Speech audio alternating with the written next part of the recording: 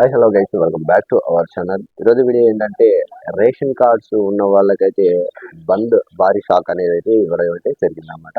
అది ఏంటి అనేది అయితే ఈ వీడియోలో క్లారిటీగా ఎక్స్ప్లెయిన్ చేస్తాను.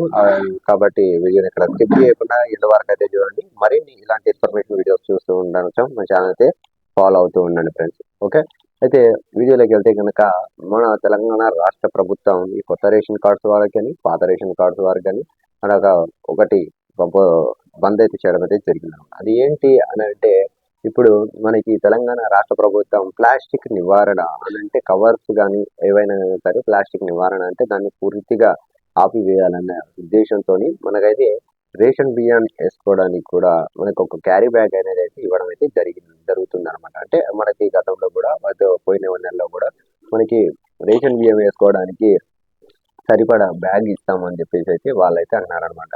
అయితే దాని మీద మన రేవంత్ రెడ్డి గారి ఫోటో, అలాగే డిప్యూటీ సీఎం గారి ఫోటో, అలాగే మనకి పౌర శాఖ మంత్రి వారి ఫోటో అనేది అయితే వాటి మీద ముద్రించడం అనేది అయితే జరిగిందనమాట.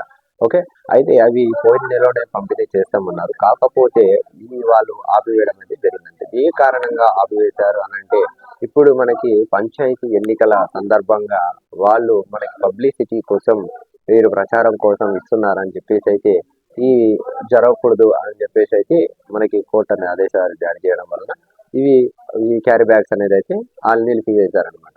అంటే ఈ నెలలో కూడా మనకైతే ఈ క్యారీ బ్యాగ్స్ అనేది అయితే నిలిపివేయడం అయితే జరిగిందనమాట. ఓన్లీ రేషన్ బియ్యం వేసుకోవడానికి కాకుండా మీరు ఇతర సరుకులు కూడా ఏమైనా తీసుకొచ్చుకోవాలి అని అనుకుంటే కూడా ఆ క్యారీ బ్యాగ్స్ అనేది యూజ్ చేసుకోవచ్చు అనమాట. ఓకే, అది కాకపోతే వాటి మీద ఈ పబ్లిసిటీ 6 గ్యారెంటీలు కానీ అలాగే దాంతో పాటు మనకి 6 గ్యారెంటీలతో పాటు వాళ్ళ సింబల్స్ కూడా ముద్రించడం వలన ఇవైతే నిలిపివేయడం అయితే జరిగిందనమాట.